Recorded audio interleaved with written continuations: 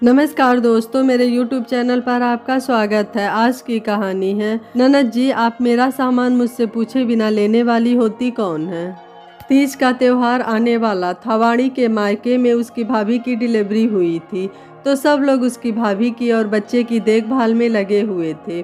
उसके भाई ने उसके अकाउंट में सिंघारे के नाम के पैसे डलवा दिए थे और वाणी ने उन पैसों से अपने लिए साड़ी और मैचिंग चूड़ियाँ भी ले ली थी और सब कुछ अपनी अलमारी में रख दिया था। सोच रही थी कि 30 के दिन सब पहनेगी। वाणी सरकारी विभाग में क्लर्क थी। उसकी शादी वरुण से हुई थी। वरुण पेशे से इंजीनियर था। घर में उन दोनों के अलावा सास ससुर और एक ननद तन्वी रहते थे। 30 से एक दिन पहले वाणी दफ्तर में फ्री बैठी थी तो उसने अपना सोशल मीडिया अकाउंट खोला और देखते ही बोली, ओ नो। तो उसकी सहकर्मी निशा चौंक गई। उसने पूछा, वाणी क्या हुआ, सब ठीक तो है ना? क्या हुआ वाणी, कुछ बोलो, अरे कुछ बोलो भी सही। वाणी ने अपना फ़ोन निशा को दिखाया और बोली, जो साड़ी और मैं चूड़ियाँ पहनने वाली थी वह बिना पूछे तन्वी ने पहन ली कॉलेज में और फ़ोटो भी डाल रही है। अरे ऐसा कौन करता है, निशा बोली। वो ऐसा ही करती है निशा, मैं कुछ भी लेकर आती हूँ मुझसे बिना पूछे यूज कर लेती है। और तो और एक बार मेरी साड़ी अपनी किसी सहेली को भी दे दी थी और जब वह साड़ी मुझे वापस मिली तो उस पर चाय कॉफ़ी के दाग थे। जब मैंने सवाल जवाब किया तो कहती है कि उससे गलती से आपकी साड़ी ख़राब हो गई, सॉरी भाभी। वह अक्सर यही करती है, मेरी चीज़ें यूज़ भी करती है और उन्हें ख़राब भी कर देती है। कुछ कह दो तो घर में सब मुझे ही भला बुरा कहने लग जाते हैं।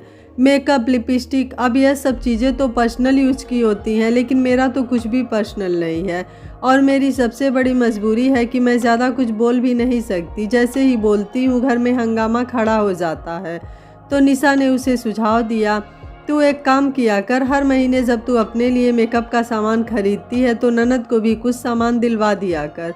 बाकी रही कपड़ों की बात तो वो प्यार से समझा दे, लड़ाई झगड़ा करके तो वैसे भी कोई फ़ायदा नहीं होने वाला है। तू ठीक कह रही है निशा, कुछ ना कुछ तो करना ही पड़ेगा, वरना ऐसा कब तक चलेगा, कब तक मैं अपना दिमाग खराब करती रहूँगी, वाणी बोली।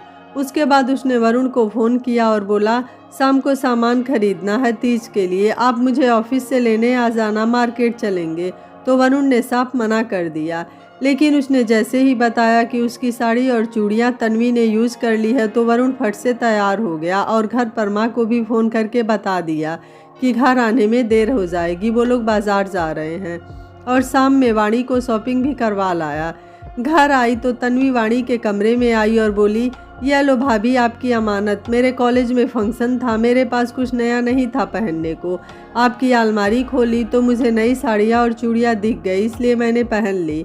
आज वाणी का मूड थोड़ा ख़राब था, इसलिए उसने तन्वी से कहा, तुम्हें पता भी है तन्वी, यह सब मैंने तीज के लिए खरीदी थी और तुमने पहन भी लिया। तो उधर से वरुण बोला, वाणी जब सब कुछ नया दिलवा लाया हो तो पुरानी बातें भूल जाओ। वाणी बोली, कैसे भूल जाऊं वरुण, हर बार ये ऐसा ही करती है, कितने कपड़े हैं इसके पास, फिर भी मेरी अलमारी पर ही नज़र रहती है। किसी भी त्योहार पर और यहाँ तक कि मेरे जन्मदिन पर भी जो कपड़े आते हैं वह मुझसे पहले यह पहन लेती है। हर बार यही होता है, मुझे हर बार इसके उतरे कपड़े पहनने पड़ते हैं। वाणी को बोलता सुन सासू माँ भी कमरे में आ गई और बोली, छोटी सी बात है, ननद भाभी में तो यह सब चलता है। तो वाणी बोली, माँ जी हर बार नहीं चलता, कुछ दिन पहले मेरी सैंडल पहन कर गई थी और ख़राब कर लाई और मुझे बताया भी नहीं कि टूट गई है। मैं वही सैंडल पहन ऑफिस के लिए निकल गई और आधे रास्ते में सैंडल टूट कर मेरे हाथ में आ गई। वो तो शुक्र है कि वहाँ पर मोची बैठा था तो मैंने अपनी सैंडल बनवा ली। उस दिन मुझे दफ्तर जाने में भी देर हो गई। उस दिन मेरी एक इम्पॉर्टेंट मीटिंग थी। अभी इसकी शादी होने वाली है, वहाँ पर जाकर ये सब करेगी तो बताओ कैसे चलेगा। इसके बाद तन्वी रोते हुए अपने कमरे में चली गई, उसके पीछे पीछे सासू माँ और वरुण भी। और वापस आते ही वरुण वाणी पर चिल्ला दिया, तुम्हें बात करने की तमीज़ नहीं है वाणी, रुला दिया मेरी बहन को। तो वाणी बोली, हाँ मुझे बात करने की तमीज़ नहीं है और आगे से मैं ऐसे ही बात करूँगी। इतनी शौक से अपने लिए चीज़ें लेकर आई थी और वैसे भी कल त्योहार है और आप लोगों ने मेरा मूड खराब कर दिया है। हंगामा काफ़ी हुआ उस दिन, पर वाणी के दिल में जो भी था उसने सब कुछ कह दिया और खुद को बहुत ही हल्का महसूस किया। इस दिन के बाद तन्वी ने उसका सामान यूज करना और यहाँ तक कि उसके सामान को हाथ लगाना भी बंद कर दिया।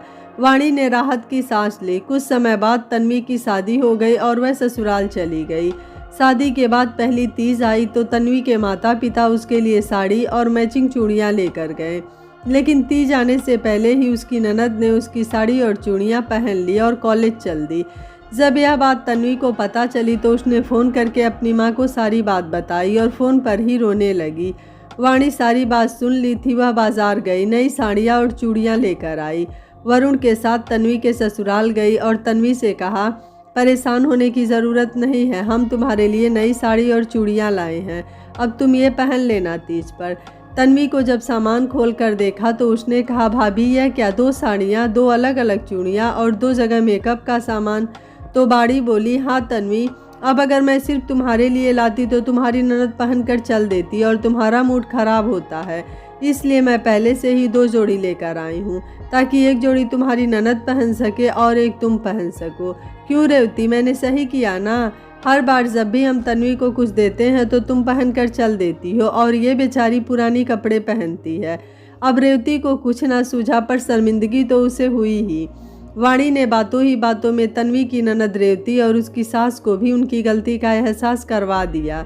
जब वाणी और वरुण वापस आने लगे तो तन्वी वाणी से बोली, भाभी आज मुझे अपनी गलती का एहसास हो गया, आज मुझे आपका दर्द समझ आ रहा है। आप मेरी वजह से कितने परेशान रहे हो और आपकी तो कोई मदद करने वाला भी नहीं था। मुझे समझ नहीं आ रहा कि मैं आपसे माफ़ी मांगूं या फिर आज आपने जो किया उसके लिए मैं शुक्रिया कहूं। तो वाणी बोली, तन्वी मैं पुरानी बातें भूल चुकी हूँ, तुम भी भूल जाओ।